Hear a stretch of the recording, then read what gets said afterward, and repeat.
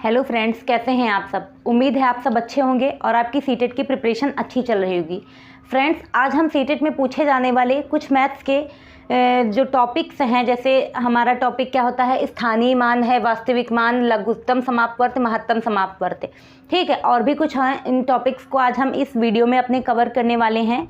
तो वीडियो को स्टार्ट करने से पहले अगर आप चैनल पर नए हैं तो प्लीज़ हमारे चैनल को सब्सक्राइब कर लीजिएगा और लाइक, शेयर एंड कमेंट कीजिएगा, ठीक है। तो आइए स्टार्ट करते हैं। अपने जो टॉपिक हमने लिखे हैं इन टॉपिक्स को स्टार्ट करते हैं। देखिए, फर्स्ट टॉपिक क्या कह रहा है, स्थानीय मान। इसका क्वेश्चन आता है पेपर में, ठीक है। इसके क्वेश्चन में से, इन क्वेश्चंस में से आ ही जाते हैं, ठीक है। तो अच्छे से समझ लीजिए, बहुत इजी सा कॉन्सेप्ट होता है, एक बार में आपको क्लियर हो जाएगा। देखिए, स्थानीय मान अगर हमें निकालना होता है तो स्थानीय मान मतलब जिस प्लेस की वैल्यू हमें निकालनी है, ठीक है। तो स्थानीय मान निकालने के लिए हम क्या करते हैं, जैसे कोई भी नंबर हमारे पास लिया है, जैसे ये नंबर हमारे पास इधर हम समझा रहे हैं स्थानीय मान के लिए, जैसे हमने लिखा 587921, ये हमने नंबर एक लिख लिया, ठीक। तो अगर हमें इस बड़े से नंबर में किसी भी डिजिट की, किसी भी अंक की अगर हमें स्थानीय मान निकालना है तो हम क्या करेंगे, वही अंक लिख देते हैं और उस अंक के बाद जितने अंक आए होते हैं उतने जीरो लगा देते हैं। तो इस चीज़ को क्या कहा जाता है, स्थानीय मान कहा जाता है। जैसे अगर हमें यहाँ पर देखिए इसी क्वेश्चन में 5 का स्थानीय मान लिखना है तो हम क्या लिखेंगे, 5 का स्थानीय मान। 5 का स्थानीय मान कितना हो जाएगा, देखिए 5 का स्थानीय मान है तो पहले तो हमने 5 ही लिख लिया, फिर 5 के बाद जितने अंक आए हैं उतने जीरो लगाने हैं। तो देखिए 1 2 3 4 5, तो 1 2 3 4 5 हमने 5 जीरो लगा दिए, तो ये क्या हो गया, 5 का स्थानीय मान हो गया। अब जैसे हमें 8 का लिखना है तो 8 का स्थानीय मान हम कैसे लिखेंगे, 8 का स्थानीय मान, 8 का स्थानीय मान क्या हो जाएगा, देखिए 8 फिर गिनिए 1 2 3 4, तो 1 2 3 4, इसमें क्या हो गया, जाके 4 जीरो लगा दिए तो 8 का स्थानीय मान आ गया। अब हमें 7 का लिखना है, 7 का स्थानीय मान, 7 का स्थानीय मान हमें लिखना है तो क्या हो जाएगा, 7 फिर 1 2 3, तो 3 जीरो लगा दिए, ठीक, ये 7 का हो गया।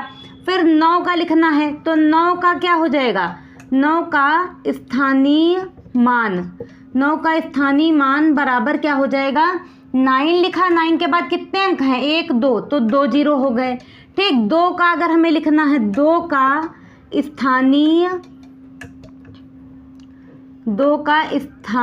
मान, 2 का स्थानीय मान बराबर कितना हो जाएगा, देखिए यहाँ से फ्रेंड्स 2 लिखा हमने, 2 के आगे एक नंबर है सिर्फ, तो हमने 1 जीरो लगा दिया। अब फिर 1 का स्थानीय मान क्या हो जाएगा, जरा देखिए, 1 का स्थानीय मान, 1 का स्थानीय मान बराबर क्या हो जाएगा, अब हमने 1 लिखा, 1 के आगे कोई नंबर है ही नहीं तो सीधे क्या हो जाएगा, 1 हो जाएगा। इस तरीके से आपको अच्छे से समझ में आ गया होगा कि स्थानीय मान हम कैसे लिखते हैं, ठीक है।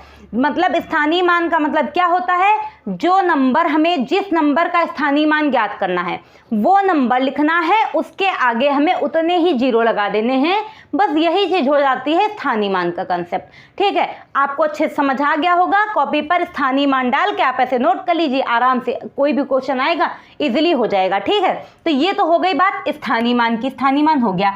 अब हम स्टार्ट करते हैं वास्तविक मान को, तो देखते हैं वास्तविक मान क्या होता है। तो इसको हम इरेज कर दे रहे हैं, यहीं पर फिर हम बता रहे हैं आपको वास्तविक मान, ठीक। तो देखिए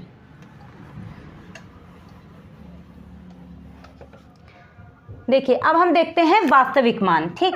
वास्तविक मान, देखिए वास्तविक मान के लिए हम करते क्या हैं, कोई भी बड़ा सा नंबर लिखा है उसमें जिस भी डिजिट का हमको वास्तविक मान ज्ञात करना है तो एक्चुअल वही जो नंबर है वही उसका वास्तविक मान हो जाता है।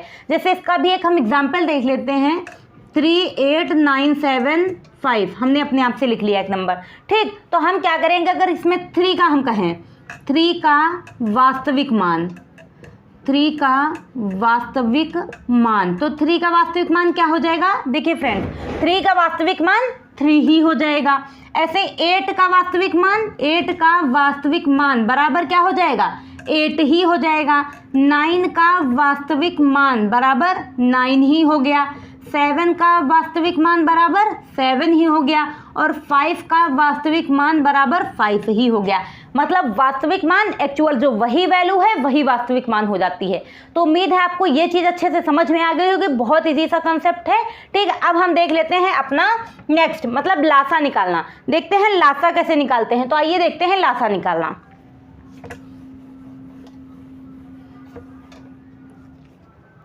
देखिए फ्रेंड्स, अब हम देखते हैं लासा ज्ञात करना कि लासा कैसे ज्ञात करते हैं। तो देखिए लासा ज्ञात करने के लिए जैसे हमने कोई भी नंबर ले लिए, जैसे हमने लिया अपने आप से 12 लिया, 36 लिया, ठीक है, 48 लिया, 12, 36, 48 लिया। ठीक, तो इसको देख लेते हैं हम। लासा निकालने का आपको हम तरीका बता रहे हैं। ऐसे करके हम तीनों नंबर एक साथ लिखेंगे, 12, 36, 48। ठीक, अब इसको जिस नंबर से ये डिवाइड हो रहा है उस नंबर से इसको हम डिवाइड करेंगे। तो सबसे पहले हम 2 से करते हैं। तो 2 6 जा 12, 2 1 जा 2, 2 8 जा 16, 2 2 जा 4, 2 4 जा 8। फिर 2 से कीजिए तो 2 3 जा 6, 2 3 जा 6, 2 9 जा 18, 2 1 जा 2, 2 2 जा 4। फिर क्या हमने 2, फिर तो 2 से वैसे जाएगा नहीं, एक चला जाएगा तो इस वाले को कर लेते हैं। 3 और 9 एज इट इज़ रहेंगे। ये 2 6 जा 12 हो गया। फिर एक बार अभी 2 से लग जाएगा तो क्या हो जाएगा, 2 3 जा 3 ही हो गया, यहाँ पे 9 ही हो गया, 2 3 जा 6। अब इसको हम काहे से करेंगे, 3 से करेंगे। 3 1 जा 3, 3 3 जा 9, 3 1 जा 3। फिर एक बार 3 से जाएगा, 3 1 जा 3, ये मतलब 1 ही रहा एज इट इज़। यहाँ पे 3 1 जा 3 और 1 हो गया। देखिए जिस नंबर से जो जा रहा होता है उसी को हम काटते हैं। तो इसका लासा ये हमारा क्या हो गया, देखिए लासा हो गया। मतलब इसका लासा हम कैसे लिखेंगे, अगर इसका लिखना है एलसीएम बराबर क्या हो जाएगा, 2 इंटू 2 इंटू 2 इंटू 2, मतलब 4 बार 2 इंटू 2 इंटू 2 इंटू 2। फिर 3 कितनी बार आ रहा है, 3 इंटू 3। तो यहाँ पे 2 2 जा 4, 2 जा 8, 2 जा 16 इंटू 3 3 जा 9, 3 9 जा 144। इस तरीके से हमने इसका एलसीएम आपको लासा निकालना बता दिया आसानी से। अब एक और एग्जाम्पल हम आपको देख लेते हैं, बता देते हैं। ठीक है, लासा निकालने का कि कैसे हम लासा निकालते हैं। तो एक और देख लेते हैं। जैसे हमने 20, इसमें हमें लासा निकालना है तो हम देख लेते हैं कैसे निकालेंगे। ठीक है, आइए देखते हैं। जैसे हमने लिखा 12, 15 और 20, ऐसे हमने लिखा। ठीक, कीजिए 2 से, तो 2 6 जा 12, यहाँ पे 15 ही हो गया, 2 10 जा 20। फिर यहाँ पे 2 से भी कट जाएगा, 2 3 जा 6, यहाँ पे 15 हो गया, 2 5 जा 10। अभी तो 2 से जा नहीं रहा, आप 3 से करते हैं तो 3 1 जा 3, 3 5 जा 15, यहाँ पे 5 ही हो गया। अब ये 5 से एक बार चला जाएगा तो यहाँ पे 1 1। ठीक, अब इसको हम मल्टीप्लाई कर लेते हैं। इसका लासा क्या हो जाएगा,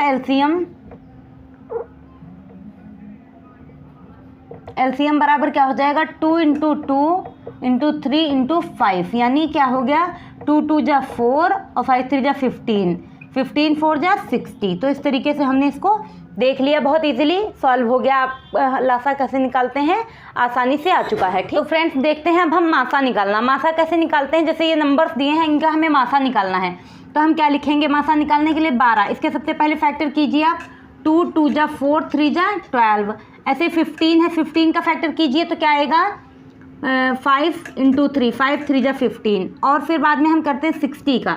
तो 60 का क्या हो जाएगा, 2 2 जा 4, 5 जा 20 इंटू 3। तो यहाँ पे हो जाएगा 2 2 जा 4, 5 जा 20 इंटू 3, तो 60 हो गया। ठीक, तो अब देख लेते हैं इनमें हम तीनों में कॉमन क्या चीज़ हमको नज़र आ रही है। तीनों में जो चीज़ नज़र आ रही है, तो देखिए तीनों में क्या आपको कॉमन क्या नज़र आ रहा है, ये जो 3 है ये आपको तीनों में नज़र आ रहा है। ठीक है, देखिए ध्यान से, 3 आपको तीनों में नज़र आ रहा है यहाँ पे। तो यहाँ पर क्या हो जाएगा, इसका HCF क्या हो जाएगा, यहाँ पे 3 हो जाएगा। मतलब कॉमन हाईएस्ट कॉमन फैक्टर इसका कितना हो जाएगा, 3। मतलब मासा क्या हो गया इसका, 3 हो गया। इस तरीके से इसको हमने अच्छे से सॉल्व करना सीख लिया। ठीक है, तो आइए अब देखते हैं कुछ और कॉन्सेप्ट। फ्रेंड, तो एक ये तरीका हो गया मासा निकालने का। एक हम आपको और मासा निकालने का तरीका बता दे रहे हैं, वो देख लीजिए आप। मासा निकालने का सेकंड तरीका क्या होता है, देखिए यहाँ पे बता दे रहे हैं। जैसे ये 3 ही नंबर दिए हैं, तो एक बार हम 12 से पहले 15 को डिवाइड करेंगे। तो 12 एकम 12 हो गया, ये माइनस किया, यहाँ पे कितना आया, 3 बच गया। तो इस पर फिर जो बड़ा नंबर होता है, फिर इसको हम इस वाले 3 से इस बड़े वाले नंबर को भी डिवाइड कर देंगे। तो कितना हमने लिखा, 60 लिखा। 3 की 20 बार अगर हम करते हैं तो कितना हो जाएगा, 60। 3 2 जा 6, 3 2 जा 6 और 0 तो 60 हो गया, माइनस किया यहाँ पे 0 हो गया शेषफल। तो इस तरीके से जो यहाँ पर नंबर आता है, जो यहाँ पर नंबर आपका बचता हुआ नजर आ रहा है, ये वाला नंबर, ठीक है, ये नंबर क्या हो जाएगा, मासा। तो मीन्स मासा बराबर हम क्या कह देंगे यहाँ पर, मासा कितना हो गया जाके 3 हो गया। इस तरीके से इजीली हमने आपको 2 विधियां बता दी हैं मासा ज्ञात करने की। आप चाहे इससे सॉल्व कर लीजिए चाहे इससे सॉल्व कर लीजिए, अच्छे से आपका सॉल्व हो जाएगा। ठीक है, अब हम देख लेते हैं सबसे छोटा सारगुणज कैसे निकालते हैं, सबसे बड़ा सारगुणज कैसे निकालते हैं। तो आइए देखते हैं। तो फ्रेंड्स देखिए, सबसे छोटा सारगुणज, अगर हमें सबसे छोटा सारगुणज कहीं पे निकालने के लिए आ जाए तो क्या करते हैं, सबसे छोटा सारगुणज पता करने के लिए संख्याओं का एलसीएम यानी लासा ज्ञात करते हैं। और अगर सबसे बड़ा सारगुणज आ जाता है तो सबसे बड़ा सारगुणज पता करने के लिए संख्याओं का मासा यानी एचसीएफ ज्ञात करते हैं। अब लासा मासा ज्ञात करना हमने आपको अच्छे से बता ही दिया है, तो आपको अच्छे से समझ आ गया होगा। इन सभी कंसेप्ट को, जो भी जितने हमने आपको बताए हैं, उन सभी कंसेप्ट को आप अच्छे से नोट कर लीजिएगा अपनी कॉपी में, जिससे एग्जाम में आने वाले कोई भी क्वेश्चन आपसे गलत नहीं होने पाए। ठीक है, तो इतना आप पढ़िएगा। इसके आगे का हम पढ़ाएंगे आपको अपने नेक्स्ट वीडियो में। लगातार हम कंटिन्यूअसली सीटेट की क्लासेस दे रहे हैं, तो प्लीज़ हमारे चैनल पर बने रहिएगा। चैनल को सब्सक्राइब कर लीजिएगा, लाइक शेयर एंड कमेंट कीजिएगा। Thank you.